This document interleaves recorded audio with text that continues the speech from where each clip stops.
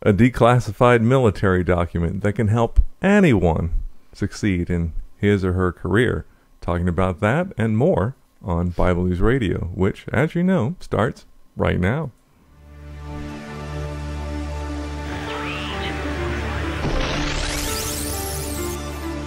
So thou, O son of man, I have set thee a watchman unto the house of Israel. Therefore thou shalt hear the word of my mouth, and warn them from me. Have no fellowship with the unfruitful works of darkness, but rather expose them. Coming to you from an undisclosed location in Middle Tennessee and examining current events from a biblical perspective, this is Bible News Radio with your hosts, Randall and Stacy Harp.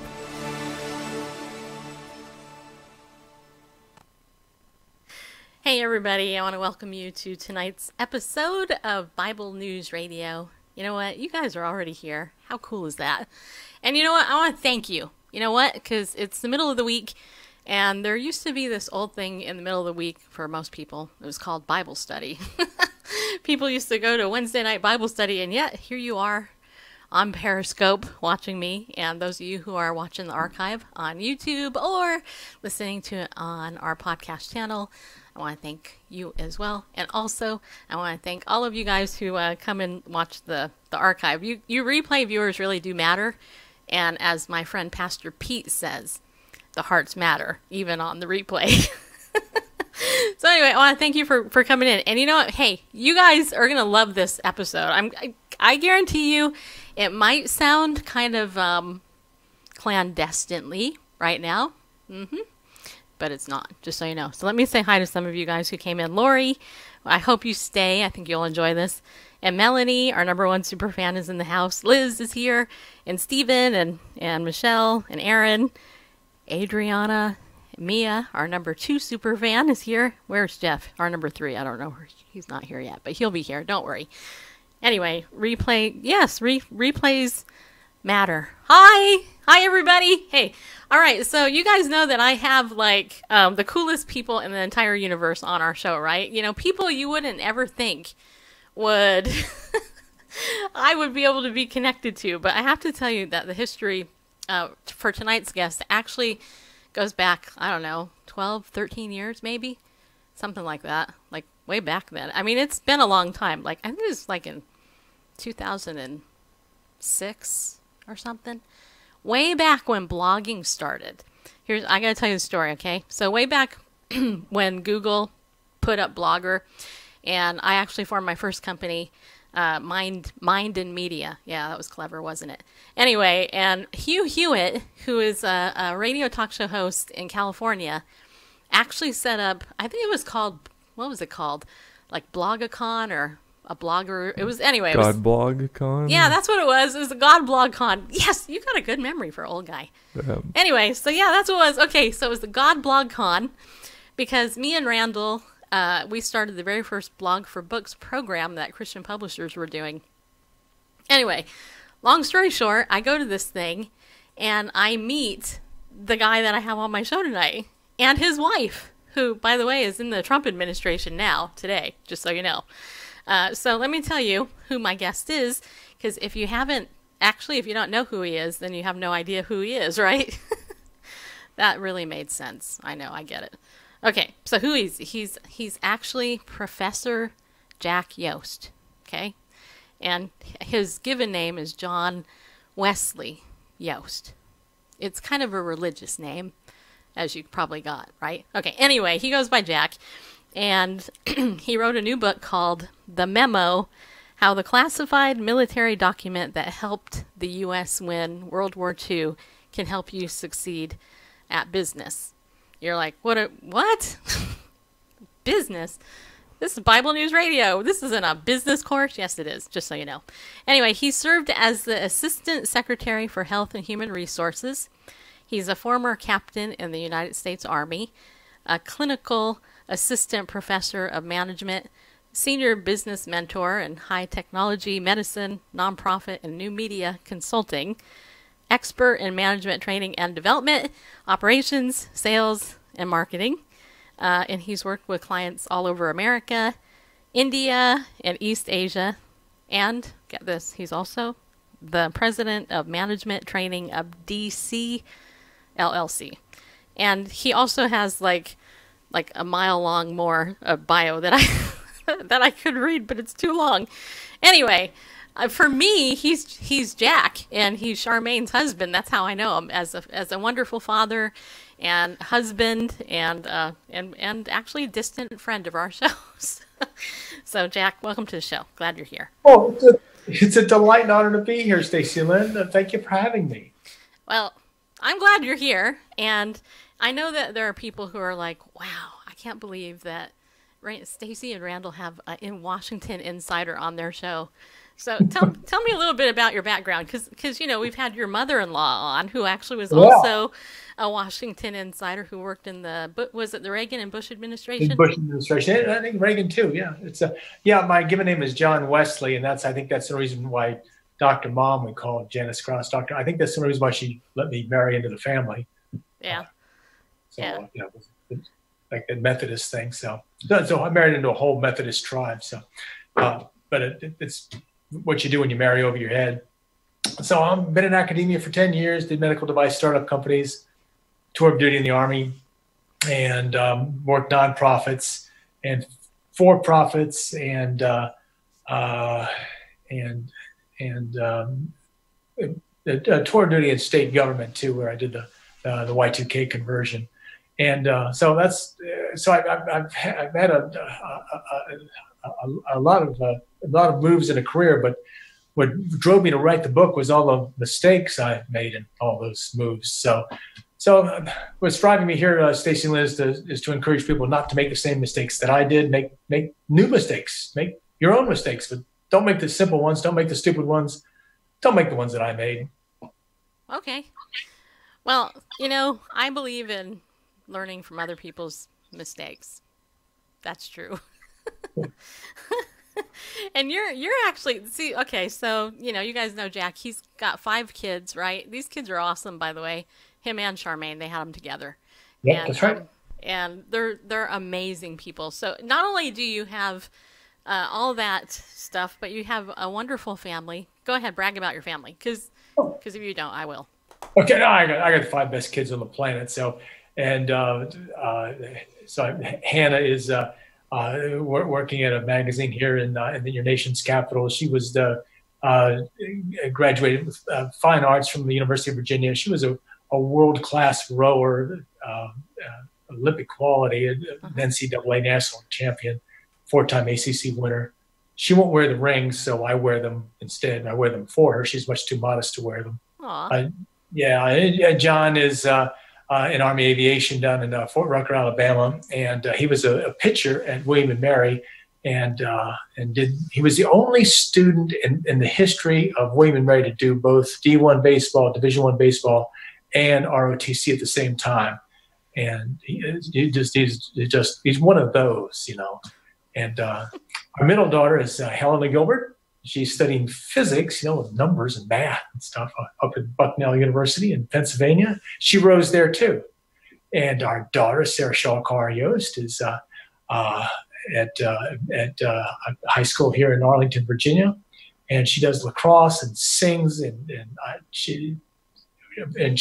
I think she's the smart one in the family. And James, he's our youngest, he's our caboose. And he's the older siblings say that he's the athlete in the family. So this is more than this center deserves. That's for sure. Yeah. See, I think it's great. I mean, I really do. I mean, you guys work hard, and you're there in the, what do you call it? I was going to say the belly of the beast, but that's not really appropriate. I don't think that's right. But I mean, I'm sure you've had your challenges, and there's a lot of stress with being in the public eye a lot of times, and your kids are definitely overachievers for sure. They're not modern day snowflakes like all the other ones out there. No, ma'am. Oh gosh, no. Nothing. Nobody gets a pass. Nothing comes easy, and each one has their own challenges and thorns in their sides, but that's what makes us better. So no, we're not helicopter parents, and we're not snowplow. We don't clear the way. we probably give them way too much freedom. They're free range kind of kids. So yeah, but so far nobody's got hurt bad yet. So well, that's good. Well, let's hope that doesn't happen. I know. Okay, and tell us a little bit about Charmaine, because I've always admired and respected her. Thank you. And I mean, when all the time she was working for Americans United, I was like, I need to have you on my show, and I never did it. Now look at me. I should get her on her show now. But tell everybody what she's doing with our president. Right now she is the assistant secretary at Health and Human Resources and for Public Affairs, and she's one of six assistant secretaries to in that 1.3 trillion. That's T with $1 trillion budget. So public service is all consuming and very time intensive, and you're right. She, as you imply, she works very hard, and that you have to. It takes a lot of hours to spend that much money. Yeah, that's true. I don't know if you meant that to be funny, but I did find that funny. I don't know why. It's P.J. O'Rourke, so I'm stealing his. Okay. People say bureaucrats are lazy. No. So, and so she's doing that now. She, ran AUL, Americans United for Life, for about a decade. So she has a PhD from the University of Virginia in government, and so she ran a law firm, and she wasn't a lawyer running a law firm. So she's got experience as a CEO. As chief executive officer, and before that, we spent a decade getting her PhD from the University of Virginia also.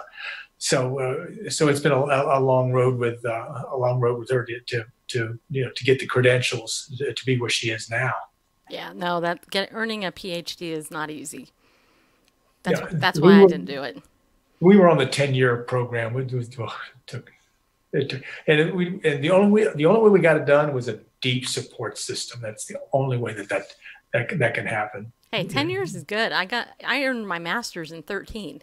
So it took me 13 to get my master's. But then the other thing too is she battled breast cancer a while back too, and she's doing a lot better now too, right? That's right. Yeah, and we're lucky to live when we do and where we do. We love Western medicine, and it was a drug that just came on the market that helped her particular form of cancer, and she's been, I think it's 5 or 10 years out. 10 years, yeah, 10 years out now. So wow, I should know these kind of things, Stacy Lynn. Well, it's been a long time. Yeah, well, that shows you how long we've known you, because that was a long time ago. So yeah, very cool. Well, let's talk about your book, okay? Because it's called The Memo. And everybody, just so you know, it's called The Memo. And it's based on a memo that was, I believe it was a classified memo that became declassified, right? And then you actually found some business principles in there that you found very fascinating because you like history. You're one of those types. No, I'm just kidding. Actually, I like history too, but so tell us a little bit about it, so people who may be in business or wherever, they can learn about it. Well, it is a management book on leadership and followership, and the memo is based on a memo. But Stacy Lynn, maybe this should be our secret, just on me and you and the internet. Okay. That this is. It's my way of trying to do a winsome argument to evangelize, in that it's a book on management, but it's full of Bible verses, and scripture, and I kind of sneak it in, because there's business principles in there, but if I've done my job right on inserting the word, that it won't come, doesn't come back void. It may reach some people that ordinarily wouldn't read a Bible tract handed to them, but if they, for the people that I work with, they might read a business book on leadership and followership, and they'll see that it's based on some timeless principles that are rooted in Scripture. So it was it was a fascinating study on how to use the Bible as a backdrop and a proof text on how management principles have been around since Jesus. Yeah, see, that's so cool. And you don't know this because I know you don't watch our show every day. But all year, this year, our whole theme for all of 2017 has been Arise and Evangelize in 2017. And that truly is, because last year we were all about trying to get people reading the Bible every day.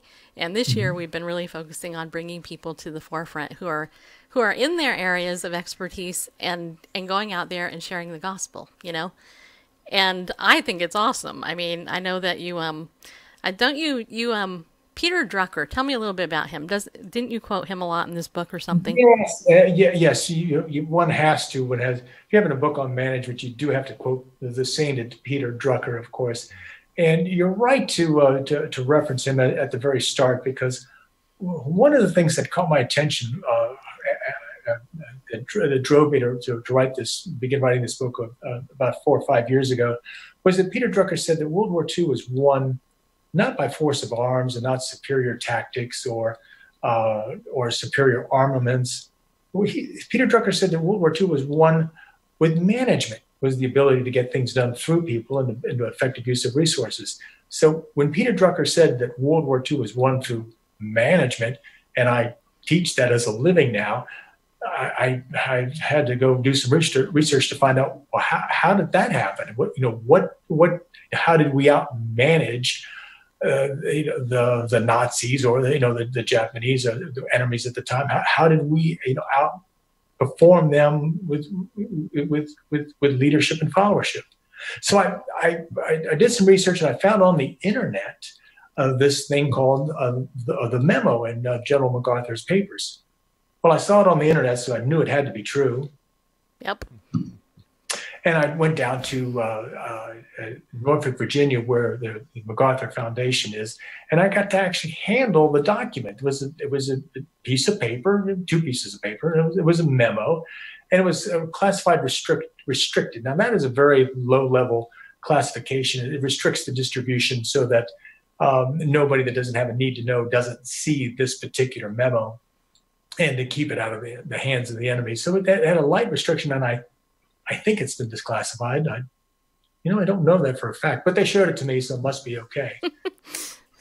But I thought that they make me wear a space suit or gloves and with hoods and stuff. No, I got to handle it just like a human person and handle a document. It was a historical document. So, and all that the memo is a memo that outlines completed staff work.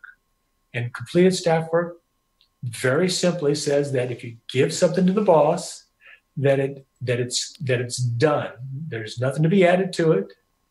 That the boss doesn't have to do any thinking, and all the boss has to do is make a decision and sign off on it. So in other words, delegate. Yeah, exactly, and to expect it, and that would be good leadership. The good followership part is that followers or staff at any level would actually submit to the boss a document where it's already been researched, options have been explored, a couple of recommendations have been vetted, and to bring to the boss a recommendation on a single piece of paper where the boss just simply signs off, and the boss doesn't have to add anything to it, signs a signature, make a decision, and then you go do it. Okay, so let me ask you this, because I'm really not a scholar when it comes to history. Not my thing. Actually, really, what's my thing is biblical history. Here. And I have to tell you, who I got to interview recently, which made me kind of think of, I thought of this because of what you just said about handling that document, was Dr. Randall Price, who's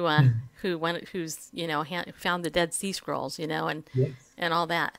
And I was like, wow, that's amazing. Now that's the type of history I can get into. But if this document is basically implying that good management won World War II, it kind of makes sense if you think about it. I mean, because think about it. If you have an army of people and you have really horrible delegation skills and Mr. Joe over there is Joe Blow is doing something stupid, and this dude over here is doing something stupid, and ooh, I could totally get really badly political right now. Well, let's just say, should I? Yes. Okay, yeah. I will.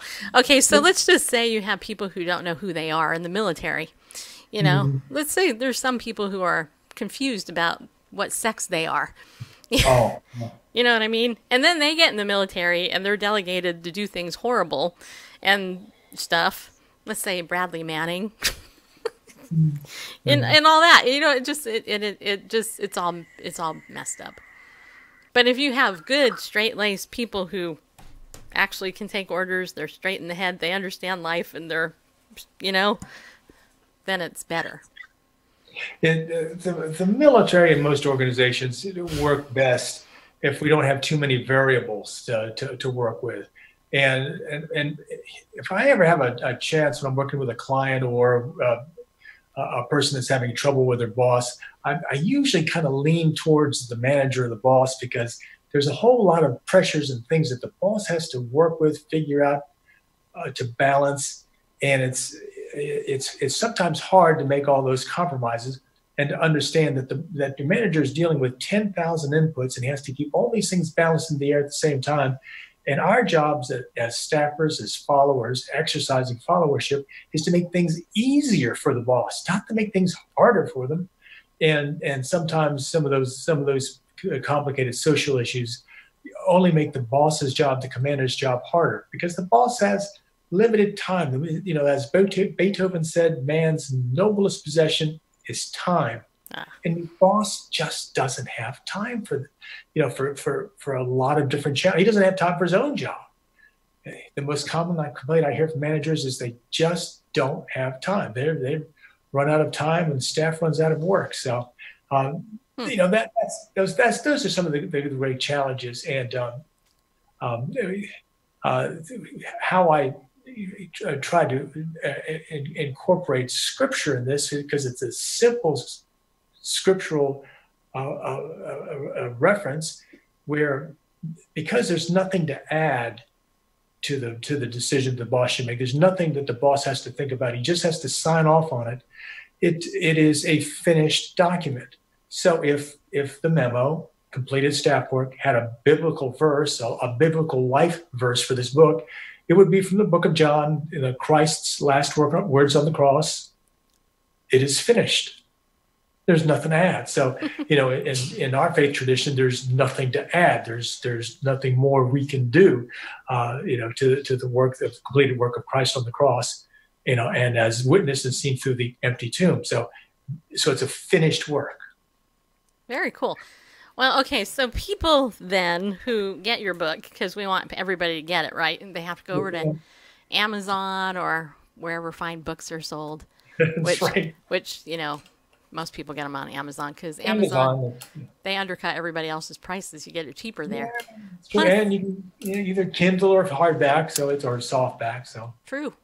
So, but I want to read some of the table of contents. Then because there's there's 4 parts to this, right? Is that right? Yeah. Yeah, and very short chapters.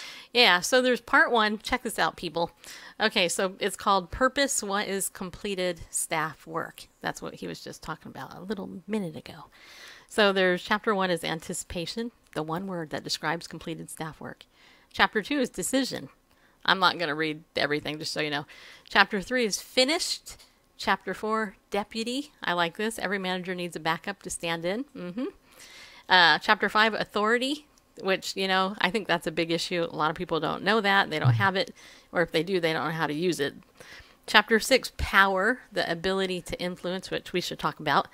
Chapter 7 is Followership, which, of course, is self-explanatory. And then part 2, Problem. Why is there a need for completed staff work? And there's 8, 9, 10, 11, 12, 13, and 14 under part 2. And then part 3, how to manage completed staff work. And there's here, chapter 15, Indecision, Stop the Dithering Boss. Promotion, move to greater authority. Narrative, storytelling is a skill. Parables make for good leadership and followership. So that's what Jesus did. Exactly. Alliances, debate, execute, deadlines, and then part 4, you guys, if you want a good book here, presentation. How do I persuade my manager? And sales here, you guys want to learn more about sales, the transference of emotion, communication, inertia. What's that other one? Uno, Drew, I don't even know. You know, dear. Oh, you know, dear. Unless otherwise directed. Gotcha. Okay, and value, credit, and loyal. You know, I love it. See, that's like all Bible study right in there. I can tell. That's right. It is. You know how I know? Because I could tell. So let me ask you: are you a firstborn? Why would you ask that? Well, because I kind of suspect you are. Because you're exactly right. It's in fact what makes this so unique is that I'm a firstborn and Charmaine's a firstborn. So our kids are just gosh. Yeah. So, there you go. That's not surprising, actually. You do this for a living here, Stacy Lynn. That's a discernment kind of thing. So. No, I just am fascinated by birth order. Actually, wow. I'm a firstborn, actually. And you turned out so well. Yeah, well, that's debatable. But I'm a middle child as well. I'm a firstborn middle child, so. Oh. Mm-hmm. I have 2 brothers. Okay. So I'm a firstborn girl. Well, I'm the only girl. So, this is the product of being the only girl. You know what I'm saying? Just saying. It is what it is. Anyway, I like it, though, because I remember, talk about firstborns, pretty much every doctor you meet is a firstborn. I remember when I had a hysterectomy about 9 years ago or whatever it was. I was in there in the doctor's office, and my doctor, gynecologist, she was sitting there, and she was so serious. She's like, do you have any questions for me now that I've explained that I'm going to have to rip your uterus out of you? And I said, yeah, actually, I have one. She's like, what is it? I'm like, are you a firstborn? True story. I asked her that, and she said, I am. How did you know? I said, that's all I need to know right there. You're a firstborn. You're going to do operation on me? I'm glad. Thank you very much. But, Dr. Kevin Leman, he wrote a book called The Firstborn Advantage. That's right, yeah. Yeah. So there is an advantage to it. And I think that, I don't know, I think it's important. Well, it is. But the great challenge for us firstborns is that we like perfection. We like things done right. We like precision. We like order. We like, like proper lighting like you got. I just like your lighting. That's really professional. I really like that. And so we like things to be done right. The great problem is that we're engineers, we're in medicine, and we're dealing with those things that work with numbers and perfection, getting things right.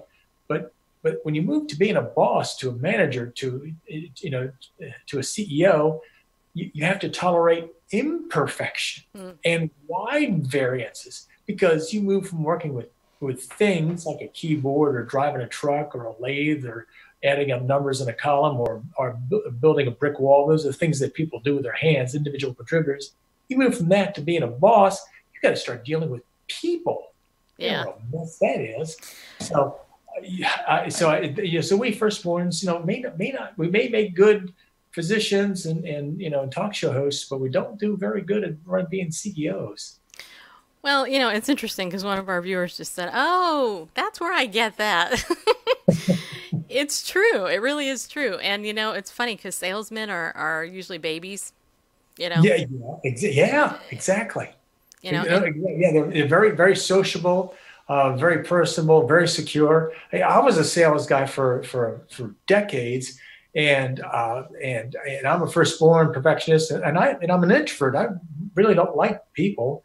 Except for you, Stacey, I like you, but I don't like people. But I had terrific sales numbers because I would get my numbers, plant my feet, do business, and then leave. I would go for the no. I would get a decision, get a decision, and then leave. And, I have to, I made all these mistakes in relationships, in business and stuff. And that's why I wrote the book is to, so other people would understand that the one word that describes management is relationships. And, I wasn't very good at nurturing business relationships. And so I go to academia and teach people how to do it. Yeah, if you can't, play a concert pianist type thing, then just teach piano.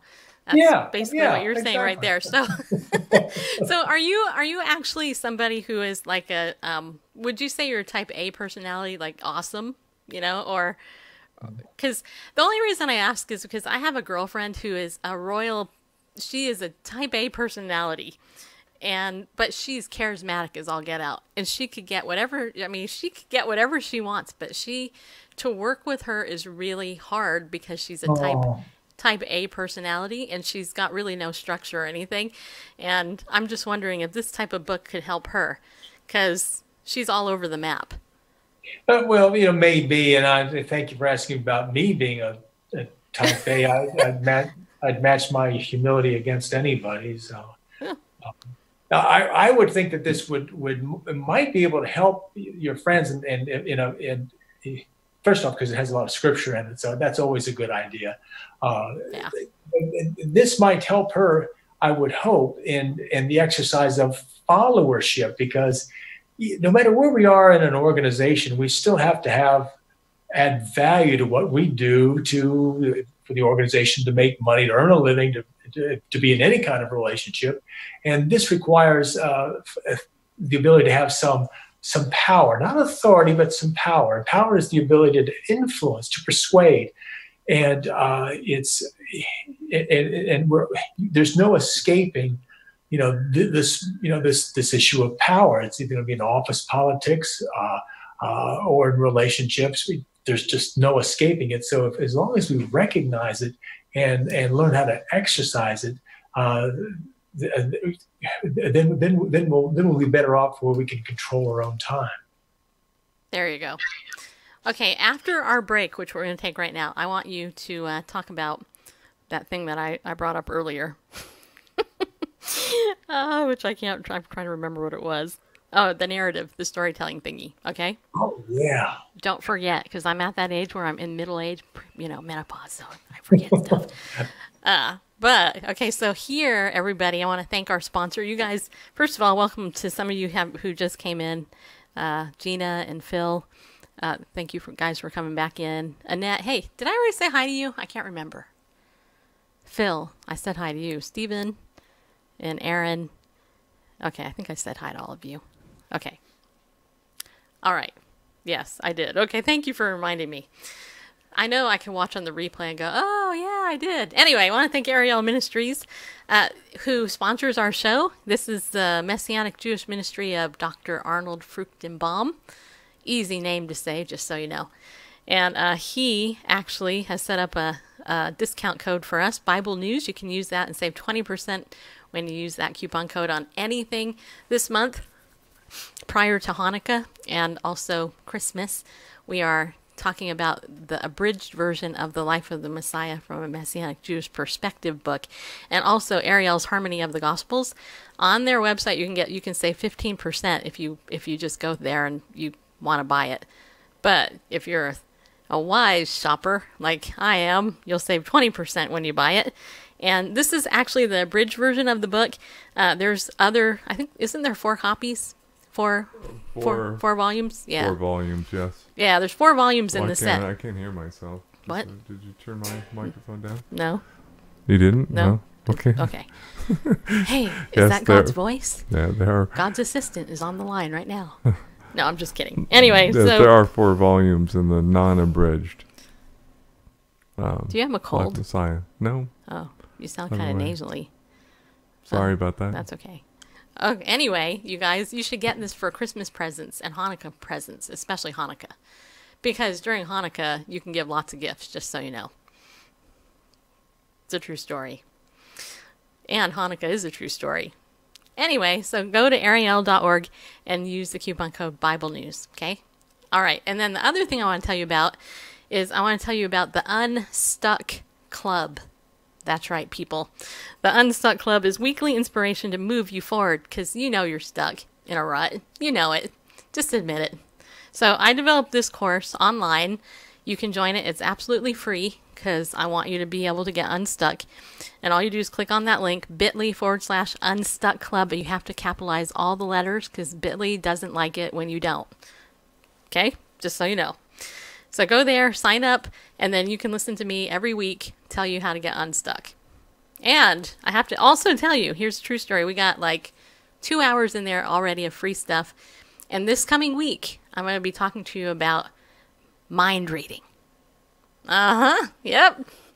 If you're like me, you read minds all the time, and you're completely wrong. And it gets you in trouble. Yep. So I'm going to be talking about that this week. So make sure if you're not part of the Unstuck Club, you sign up. Okay? All right. And then the other thing is, I have another course. It's called Stop Lying to Yourself, People. That's right. Your secrets are not secret.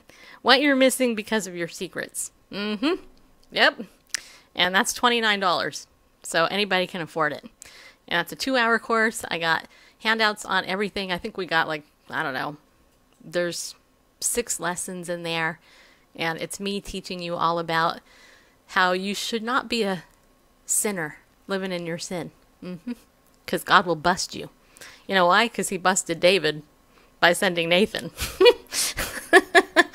That's a great story, by the way. Anyway, there's more in that than that. So you can go to our page there. You can get that.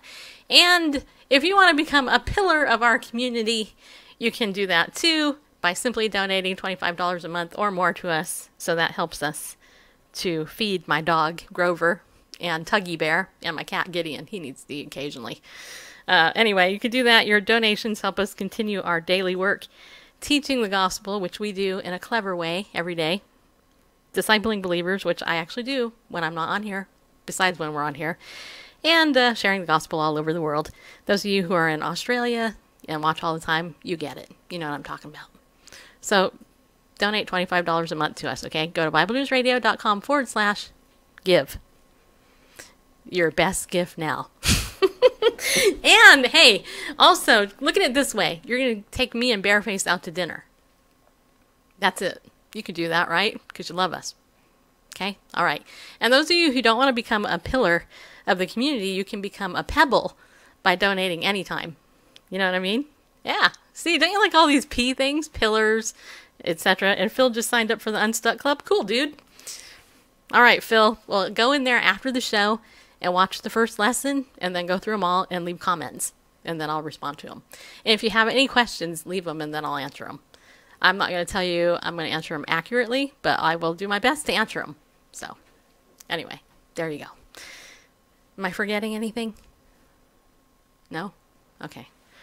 All right, so let me remind you. Our guest tonight is Jack Yoest, who is awesome. He is a Washington insider, but even more so, you know who else he is? He is a child of the Most High King. He is a Christian man. He's a godly man. He authored the book, The Memo, how the classified military document that helped the U.S. win World War II can help you succeed at business. And as I said earlier, he served as the Assistant Secretary for Health and Human Resources. He's a former captain in the United States Army, clinical assistant professor of management, senior business mentor in high technology, medicine, nonprofit, and new media consulting. He's an expert in management training. He's worked with people all over the world. And he's the president of management training of DC LLC. And actually, you teach at the Catholic University? I teach at the Catholic University of America in Washington, D.C., your nation's capital. My nation's capital. Your nation's capital. I've been there once. No, actually, I've been there a couple times. Well, you're invited back anytime, so it's a little more friendly now. Yeah, because Trump's in office. Yes, ma'am. Yeah, and his wife, Charmaine, Dr. Charmaine Yoest, is serving in the current administration. She sure is. Which is totally awesome because she rocks. All right, so, okay. Well, and Tommy. Hey, Tommy, welcome back to the show. Thanks for coming in, and thank you for sharing it out. I totally appreciate it. Tommy is a gold star periscoper. She's got like a gazillion people that watches her. Just so you know. Okay. So before the break, which you just sat through, we went ahead and said that we wanted to talk to you about storytelling in your book. Yeah. That's right. Do you want to elaborate on that? Yeah, of course. My husband's staring at me like, look at the camera. Okay. Sorry. Most management, bosses, and their subordinates and staffers need to know that talk is the technology of management. That telling stories is data with a soul. So to sell an idea, we need to be able to frame it in a story, because the human mind can process a story. It can't process numbers or data. It can't do that. And that's why Christ was trying to convey complicated, big ideas with parables, with a story. And we can remember them and process them and use them in different applications for different things that might come up. So data is important, numbers are important, but the stories are better. So, for example, storytelling is so powerful, and we know that now, that during the Second World War, General George Marshall was the Army Chief of Staff. He actually ran the war effort. And in the early years of the war, not everybody was excited to be drafted and then go off to war. So General Marshall decided that he had to help sell the war, and the way to do that, he had to tell a story. And to do this, he didn't turn to the parables of Jesus, which would have been helpful. Instead, he turned to Hollywood. He retained and hired Frank Capra. Mr. Smith Goes to Washington, brought him into the Pentagon, put him in the office right next to his, close proximity. And he had Frank Capra do a series of movies of short, and they won Academy Awards on selling the war. He told a story.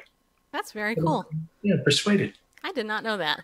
I wanted you to say hi to Kendra. Kendra is, I think, about 21, and she lives in New Zealand. And she just came in. She said hi to you, and she said, "God bless you." And I just thought, thank you, Kendra. See, she's so sweet. She's on here all the time, and I don't even know what time it is in New Zealand. But anyway, you're on the other side of the world, though.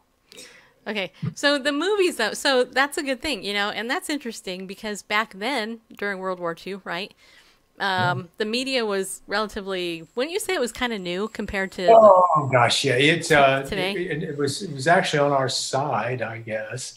It was designed to tell a story and some powerful stories with happy endings. America is a happy ending nation. A whole lot different from the nihilism that we have now of the darkness with unhappy endings and a lot of unhappy stuff in the middle of the movies. So storytelling is an art, and it's a science, and it has to be practiced. And every good boss, every good manager needs to be able to tell a story to persuade his staff. And the staffers, actually, if they want their ideas to be adopted, need to be able to tell a story quickly up to the boss. And that's the easiest and fastest way to persuade. I agree. I have a great story about 3 rabbits. Oh, okay. You want to hear it? Sure. So there are 3 rabbits. Yeah, there's these 3 rabbits. Randall's like, no, don't tell that. No, I got to tell you because this is great. You'll want to share this, Jack. Promise you. I'm all ears. Oh, great. Everybody said no in the chat room. Oh, so there's these 3 rabbits, right? There's Foot, and Foot. Have you ever heard this? No. Okay, so there's these 3 rabbits, Foot, and Foot, right? So one day, Foot, and Foot decide to go on a foot race up to the foot of a hill. Okay? So they do that, and as they're hopping up there, next thing you know, Foot dies and has a heart attack. Horrible, rotten thing. Poor guy. I know, it's sad, isn't it? So they buried him, and then Foot decided that one afternoon, months later, they would go back to that hill, and they decided they were going to go on a foot race up to the foot of the hill. So Foot and Foot decided to go up to the top of the hill, and sure enough, as they got up to the top, Foot got some really bad cramps in his side and was like, oh no, this is like, I can't handle this. Foot, you have to take me to the doctor. Quick, stat. We need to get me to ER. So sure enough, they did. They're saying, stay strong, Randall. So anyway, so Foot was an atheist, right? And I know, right? And hard to believe. But anyways, Foot was declining rapidly because they couldn't figure out what was wrong with him. And it was the most horrible thing. And so much so that Foot decided he was going to go into the chaplain, to the, you know, what do you call that? The chapel. Yeah, chapel. So he goes in there. One night he decides that he's going to pray, even though he's an atheist. So he prays and he says, Lord, I don't know if you remember me, but, you know, my friend Foot is having a problem right now.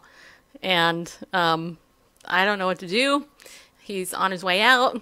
And if you can help him, I would really appreciate it.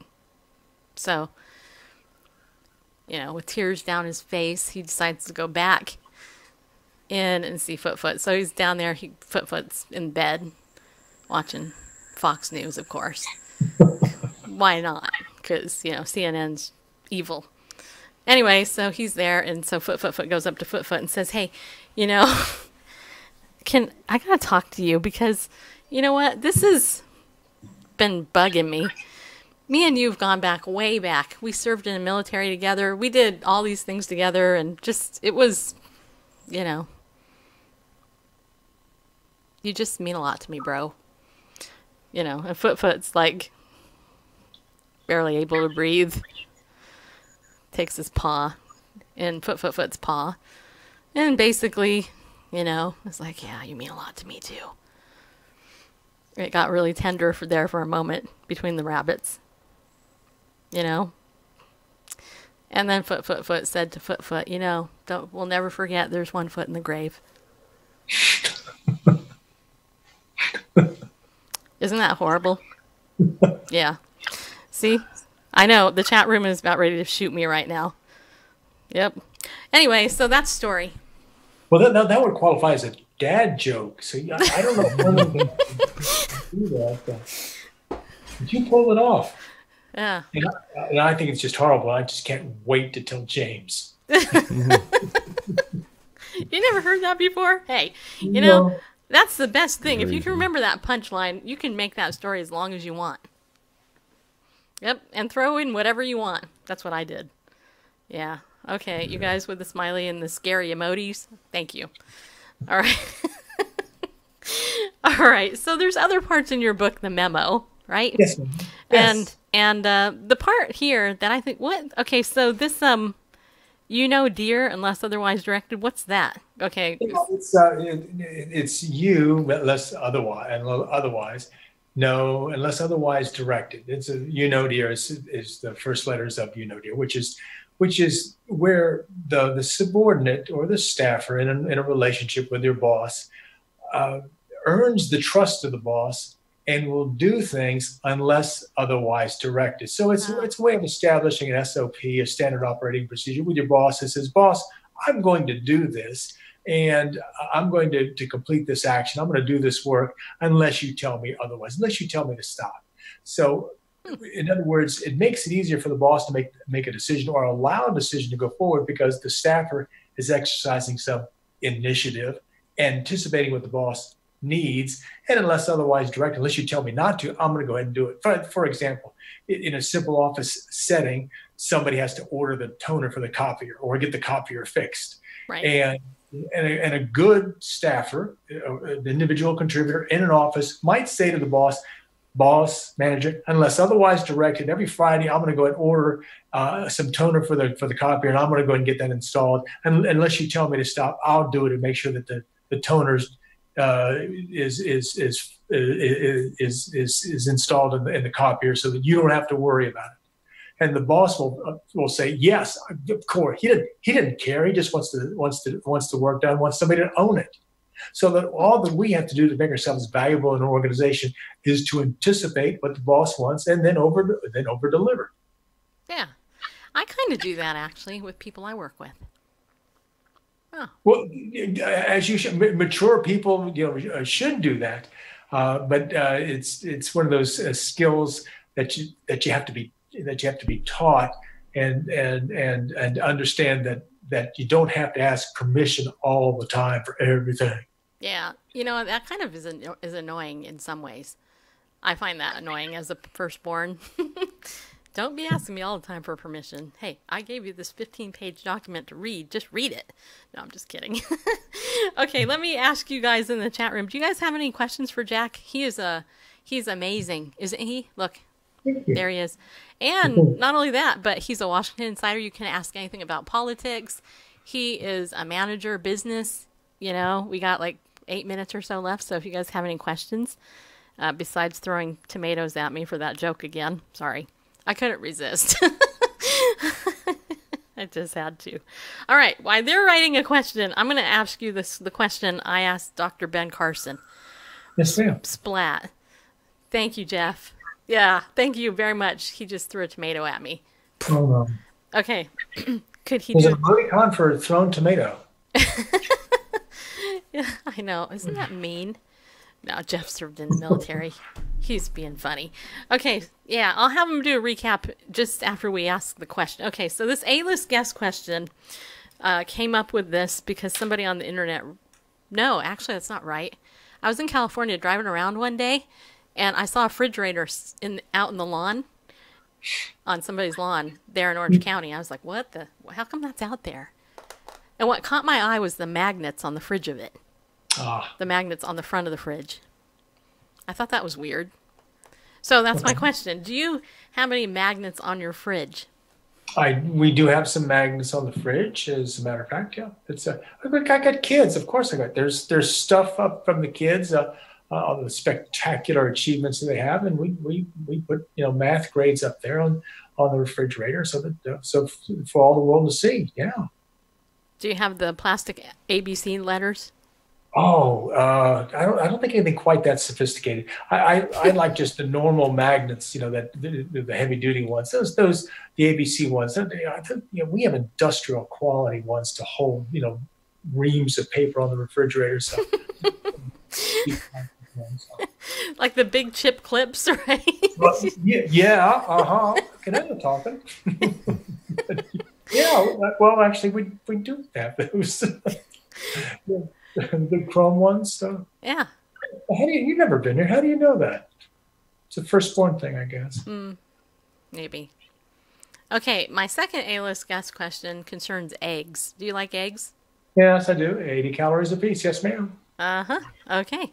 So, I'm going to get Pilot Phil's question, and I got Tommy's question. So I got two questions after this egg question. Okay, egg question. This is an important question. You wouldn't believe how it's impacted me since I asked my guests. Okay. So, when you take your eggs out of the carton every day to go cook them and stuff, yes, ma'am. What do you do with the shells? Oh, garbage disposal.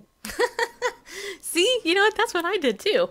And you know what? My other guests told me that was evil and wrong. I shouldn't do that. That's the wrong? I've been doing it wrong all these years. I know. That's what I was told. Oh gosh. Because apparently they supposedly ruin a garbage disposal. Who knew? Okay, I would not have guessed. Huh. Okay, so do you rearrange the eggs in the carton, or do you just take them out? No, I don't redistribute the eggs. As they exit the egg container, I just work down the rows. It's an orderly thing. Why would you rearrange them? I actually do. You rearrange them? Because the balance in the carton, just saying. Yeah. It gets lopsided. That's true. That's right. Yeah. That's right. Okay. That's important stuff. Okay, and the last... No, I don't do that, no. Okay. You would be surprised how many people do. Seriously. People don't think about it, but it's absolutely true. Bring it up in one of your classes. You'd be surprised. I just might do that. Okay, my last A-list guest question is when you were a kid and you learned how to drive and took your first driver's test. Yes, ma'am. Did you pass it? No, I did not. Me neither. Me and you are so much alike. 100 years ago, and I still remember. It still bothers me. Thank you for dredging up that memory. do I have to send you an invoice now for the session that we're about to go through? Yes, I did. It was rather traumatic. I don't think I cried. That's okay. I don't remember. But no, I to this day remember failing the driver's test. Well, you're honest anyway. Oh gosh, it was traumatic. I believe it. It's just one of those things, and everybody has to go through it. It's a rite of passage, and and I kind of screwed up, Oh. But so you've overachieved in other areas. Well, yeah, but trying to make up for it. So Okay. overcompensating, I think is that the word. My husband's yelling at me. Okay, let me ask you some questions from the audience. Tommy wants you to recap your book. Oh, yeah, of course. I'm here to talk about a book. Yeah, thank you. This is The Memo, based on a military document from World War II that talks about leadership and followership. It's the doctrine. It is a doctrine that has a religious significance called completed staff work. And you can sum it up by simply saying that it is a finished work, where the one word that describes completed staff work is anticipation. That we anticipate what the boss might need, and as a boss, we would anticipate what the organization would need, and where we have a plan B, a second choice, a fallback position, that we can anticipate what might happen. And we exercise the leadership and followership, and that we, as the leaders, as the boss, we guide and influence our followers, our staffers, but the staffers actually can lead the boss and persuade the boss. And we try to do that by advancing organizational goals, where the boss makes decisions and staffers do the work. Staffers don't ask the boss too many questions. The staffers don't bother the boss. The staffers get the information that they need, make a recommendation, and present it, and then sell that idea to the boss. I wish I could make it more complicated, but That's a good summary. Okay, and here is Phil's question. He is a pilot, by the way. oh, very good. He's probably a firstborn too. How do you know if you're in a bad environment or have a bad manager and should start looking? That's a good question. Yeah, that's one of the great challenges with. He says, "Yes, I am." I knew it. Especially with firstborns, this is tough, because one of the things that most upset people most is the fact that a boss will micromanage what we're trying to do, which is that the boss is always in our hair, always checking, always bothering us, always monitoring what we're doing. And whenever there's that kind of challenge, which is usually what makes people most unhappy in a business relationship, is that the bosses are paying too much attention to what we're doing. It's like the micromanaging. And that is usually the case where the boss doesn't know what he's doing, or maybe the staffer, maybe we don't know what we're doing. And the boss, usually it's the boss that doesn't know how to do his job or her job. So he says, I don't know how to do my job, but I know how to do your job. So the boss is always hanging around us because he's comfortable doing our work and watching our work. Or maybe we don't know what we're doing, or we're brand new, or we don't have the skill set yet. And the boss will be watching us like a hawk, be watching our every move because we don't know what we're doing. So, so the great challenge is that if the boss is micromanaging, or if you're in a bad relationship, it's either that he doesn't know what he's doing, or maybe we don't know what we're doing. So the boss has to learn, and we have to learn. So there you go, Phil. Hope that answered your question. All right, Jack. It looks like our time's up. Fast hour. Was it? I thought so. Yeah. So you want to just play? I'm proud to tell the kids. Do you want to just tell everybody where they can get your book again? Oh, yeah, thank you. This is called The Memo, and my last name is Yoest, Yoest. It's on Amazon.com. You can order it paperback there or on Kindle. And let me prompt you to buy the book and to read the first chapter and give me a comment on Amazon. Let me know what you think. Yeah, that would be very cool. And actually, Phil said he's going to buy it. Oh, wow. Thank you, Phil. There you go. See? And Purple Paisley Planner. That's Annette. She said this was a great show. Ah, terrific. See? All right. And thank you, Jack. And Jeff said, me too. I'm going to buy your book. Oh, thank you. See, there's a couple people that buy your book now because they know And you. let me know what you think, especially Stacey Lynn's show. And as soon as I can find it, you guys, true story. I don't ever lose my guest book, and I lost his. Can you believe that? The nerve of me. I'm a bad host. Oh. Don't worry, I'll find it. It's gonna appear right after this show's over. I know it's gonna be like right there mocking me. But anyway, all right. So you guys, tomorrow we have tomorrow's Thursday, and we play pickleball on Thursday night. So our show will be earlier in the day so that we don't miss pickleball, right? So it will be. We'll let you know. Just watch us on social media. And we'll see you next time. Remember, be bold, stand up, and go with God because he loves you. Okay?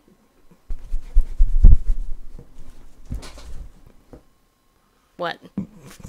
I don't know what all that means. You can't just end it like that. I can't? No. Oh. Because it takes me about 12 clicks to end the show. Oh, it takes 12 clicks. Sorry. Hold on. Should I tell you the foot joke again?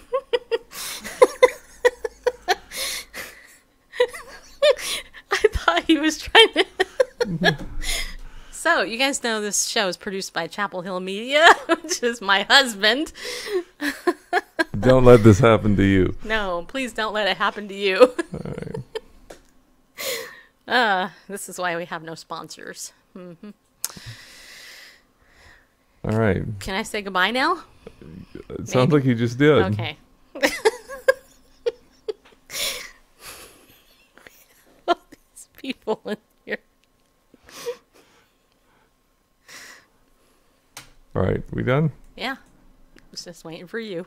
All right. Wave. Bye.